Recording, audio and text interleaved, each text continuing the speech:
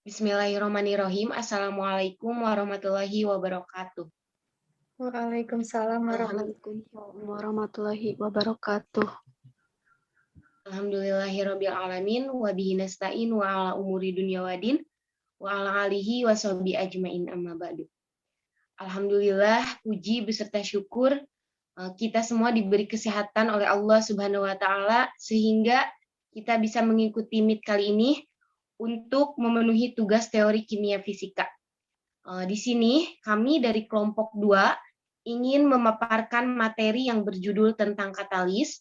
Di sini saya sendiri sebagai moderator, saya Dewi Nur Hidayah, beserta teman-teman saya yang bernama Arfani, Anissa, Neng Indri, Azkia, Asfa, Ulfah, dan Taufik. Kami akan memaparkan materi yang pertama, pengertian katalis, ada sifat-sifat katalis, klasifikasi katalis, faktor-faktor yang mempengaruhi kinerja katalis, kelemahan katalis, cara kerja katalis, dan contoh penggunaan katalis dalam bidang industri. Untuk materi yang pertama akan dipaparkan oleh saya sendiri. Slide-nya teh.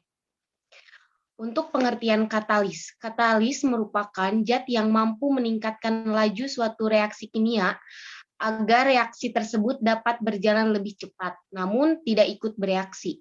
Lebih tepatnya, katalis ikut serta dalam proses reaksi, tetapi tidak mempengaruhi hasil akhirnya. Katalis mempercepat reaksi dengan cara menurunkan energi aktivasi reaksi.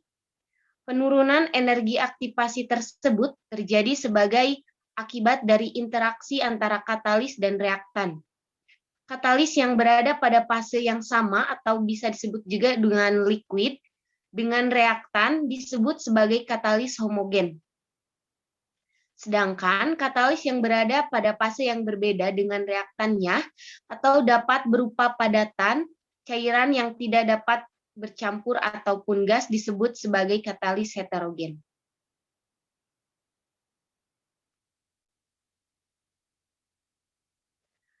Kemampuan suatu katalis dalam suatu proses biasanya diukur dari aktivasi dan selektivitasnya. Aktivitas biasanya dinyatakan dalam persentase konversi atau jumlah produk yang dihasilkan dari jumlah reaktan yang digunakan dalam waktu reaksi tertentu. Sedangkan selektivitas adalah ukuran katalis dalam mempercepat reaksi pada pembentukan suatu produk tertentu. Karena terdapat banyak faktor yang mempengaruhi kinerja katalis dalam mempercepat laju reaksi, maka perlu dilakukan pemilihan katalis secara cermat sebelum menggunakan katalis dalam suatu proses tertentu. Pemilihan katalis yang tepat dalam suatu proses dapat menyebabkan proses yang diinginkan memiliki hasil yang optimal. Pemilihan katalis yang tidak dapat menyebabkan proses menjadi kurang efisien sehingga akibatnya menjadi kurang ekonomis. Bahan pemilihan katalis yang tidak tepat bisa juga menyebabkan adanya efek toksitas yang berbahaya ataupun dapat mencemari lingkungan. Untuk materi yang selanjutnya akan dijelaskan oleh Arfani. Silahkan. Sifat-sifat katalis. 1. Mempercepat laju reaksi. 2. Banyaknya katalis tidak mengalami perubahan selama reaksi berlangsung. 4. Komposisi kimia suatu katalis tidak berubah pada akhir reaksi. 4. Katalis tidak mengubah atau menggeser kesetimbangan reaksi, termasuk semua sifat termodinamikanya. Berdasarkan fasenya, katalis dibedakan menjadi 2 jenis, yaitu 1. Katalis homogen yang bersifat asam.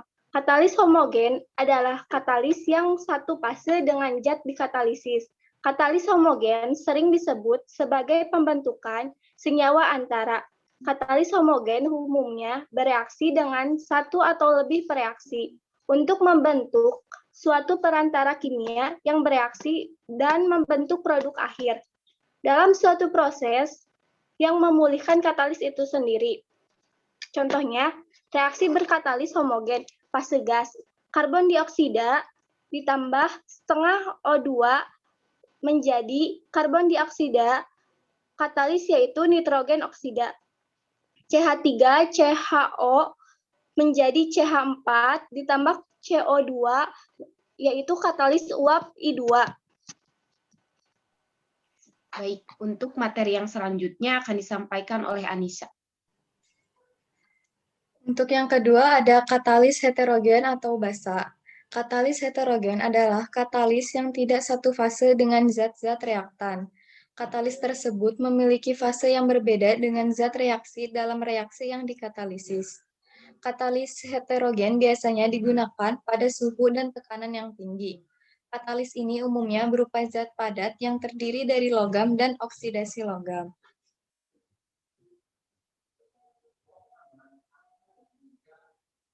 Mohon maaf, slide-nya.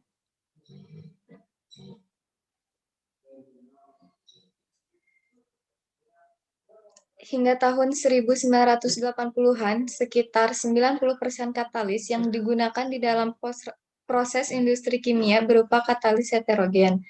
Contohnya, katalis padat Fe untuk proses Haber pada pembuatan amonia, katalis padat Fe2O3 Bio2 untuk oksidasi amonia pada pembuatan asam sitrat, katalis padat Ni pada hidrogenasi hidrokarbon, dan yang terakhir katalis arang atau karbon pada pembuatan asam klorida. Untuk selanjutnya akan dijelaskan oleh Neng Indri.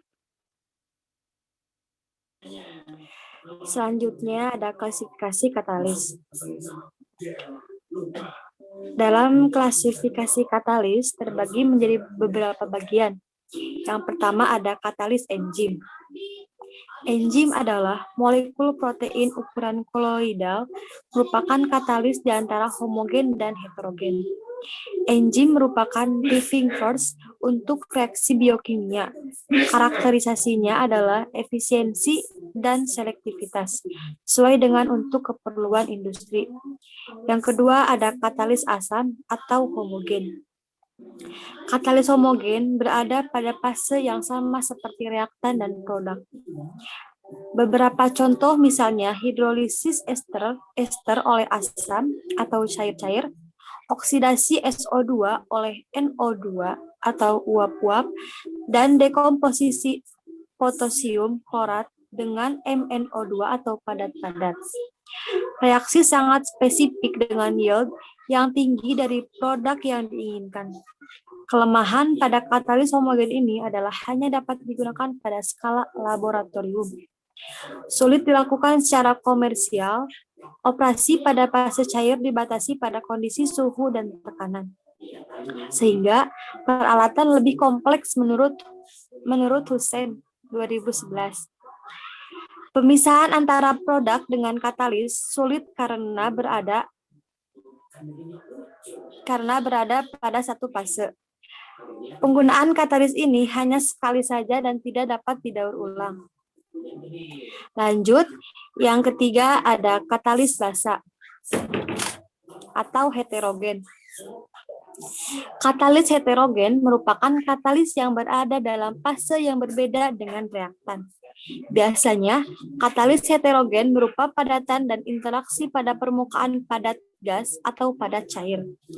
Penggunaan katalis heterogen menguntungkan dengan beberapa alasan, antara lain, selektivitas produk yang diinginkan dapat ditingkatkan dengan adanya pori yang terdapat pada katalis heterogen. Aktivitas intrinsik dari active site dapat dimodifikasi oleh struktur padat.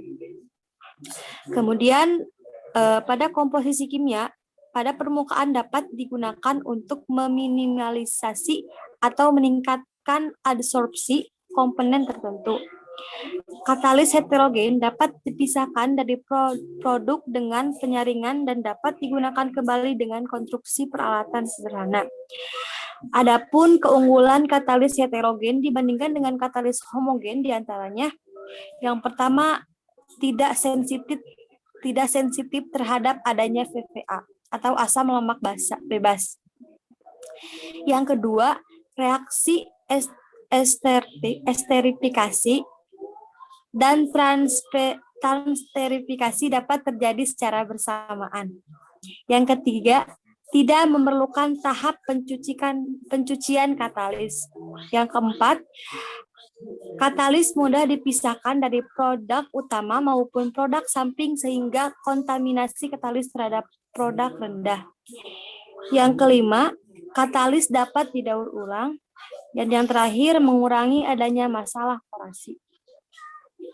Untuk materi selanjutnya akan disampaikan oleh Azkia. Parameter katalis untuk menilai baik tidaknya suatu katalis, ada beberapa parameter yang harus diperhatikan, antara lain sebagai berikut. Yang pertama, aktivitas, yaitu kemampuan katalis untuk mengkonversi reaktan menjadi produk yang diinginkan. Kedua, selektivitas, yaitu kemampuan katalis mempercepat satu reaksi di antara beberapa reaksi yang terjadi, sehingga produk yang diinginkan dapat diperoleh dengan produk sampingan seminimal mungkin. Ketiga, kestabilan, yaitu lamanya katalis memiliki aktivitas dan selektivitas seperti pada keadaan semula. Keempat, rendement katalis atau yield, yaitu jumlah produk tertentu yang terbentuk untuk setiap satuan reaktan yang terkonsumsi. Kelima, kemudahan diregenerasi, yaitu proses mengembalikan aktivitas dan selektivitas katalis seperti semula.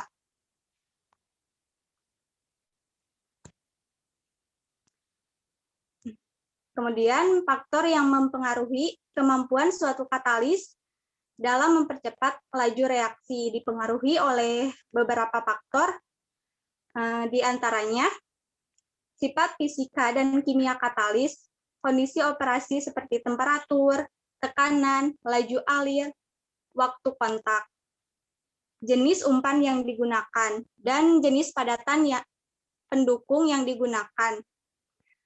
Karena terdapat banyak faktor yang mempengaruhi kinerja katalis dalam mempercepat laju reaksi, maka perlu dilakukan pemilihan katalis secara cermat sebelum menggunakan katalis dalam suatu proses tertentu.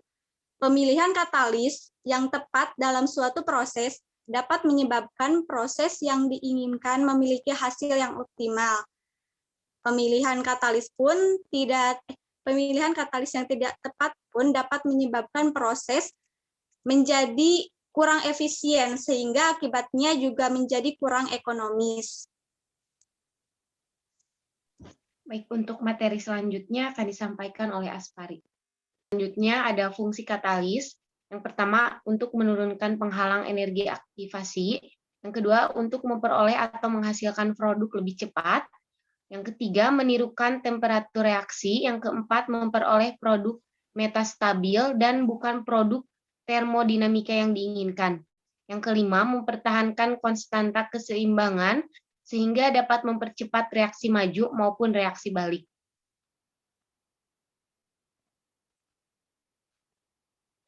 Selanjutnya ada kelemahan katalis. Di industri kimia, masalah terutama berkaitan dengan yang pertama, pemisahan.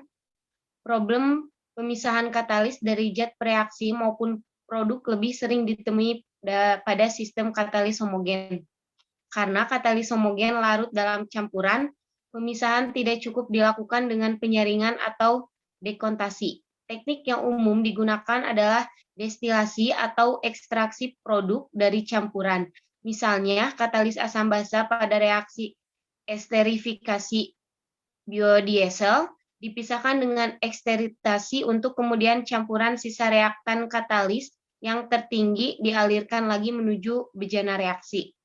Tetapi ada beberapa katalis istimewa dari senyawa kompleks logam yang didesain sedemikian rupa sehingga bisa terpisah atau mengendap setelah reaksi tuntas. Kasus pemisahan untuk katalis heterogen lebih mudah ditanggulangi karena sudah terpisah dengan sendirinya tanpa membutuhkan usaha lain. Untuk materi selanjutnya akan disampaikan oleh Ulfa.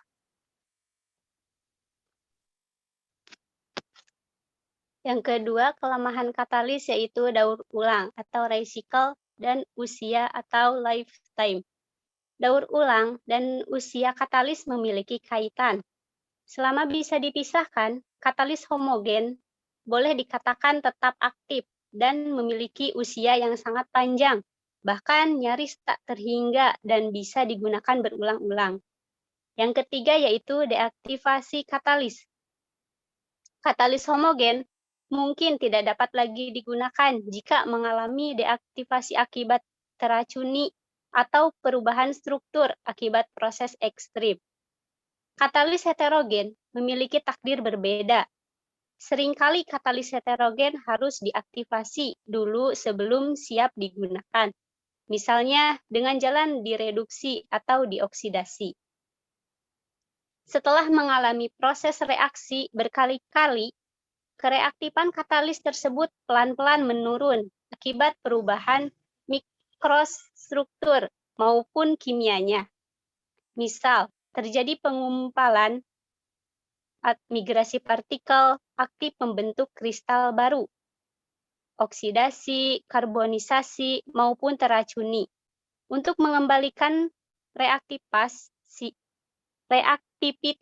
katalis heterogen perlu dilakukan regenerasi dengan cara misalnya kalsinasi, reduksi oksidasi kembali, atau pencucian dengan larutan aktif. Seringkali proses regenerasi tidak dapat mengembalikan 100% kereaktifan katalis, sehingga pada saatnya nanti katalis tersebut akhirnya mati juga, dan perlu diganti yang baru. Cara kerja katalis. Cara kerjanya yaitu dengan menempel pada bagian substrat tertentu, pada akhirnya dapat menurunkan energi pengaktifan dari reaksi, sehingga reaksi berlangsung dengan cepat. Contoh pada grafik berikut, ada energi dari reaksi partikel, kemudian jalur reaksi, kemudian yang final state yaitu keadaan akhir, produk, kemudian ada initial state yaitu keadaan awal. Kemudian ada different reaction phase, yaitu jalur reaksi yang berbeda. Kemudian ada intermediate kompleks atau reaktan. Baik, untuk materi selanjutnya akan disampaikan oleh Taufik. Katalis memungkinkan reaksi berlangsung lebih cepat atau memungkinkan reaksi pada suhu lebih rendah akibat perubahan yang dipicu terhadap reaksi. Penurunan energi aktivasi reaksi disebabkan oleh terjadinya pembentukan alur atau mekanisme reaksi yang berbeda, yakni antara reaksi tanpa katalis dan reaksi dengan katalis. Bahkan, untuk satu jenis reaksi yang sama, alur atau mekanisme reaksi yang berbentuk akibat penggunaan suatu katalis tertentu akan berbeda dengan alur atau mekanisme reaksi yang terbentuk akibat penggunaan katalis yang lain. Dengan demikian, katalis hanya bersifat memberikan alternatif. Berdasarkan teori keadaan transisi atau teori kompleks aktif, katalis mampu menurunkan hambatan energi potensial yang harus dilalui oleh reaktan-reaktan untuk membentuk produk-produk reaksi.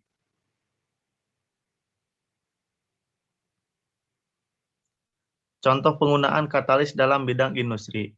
Yang pertama, dalam bidang industri, digunakan dalam pembuatan asam sulfat dan juga amonia. Yang kedua, dalam industri penerbangan, katalis digunakan untuk memurnikan nafta atau bahan bakar pesawat. Yang ketiga, dapat dalam industri penghilangan minyak bumi. Dan yang terakhir, dalam proses produksi bahan kimia umum atau kimia khusus.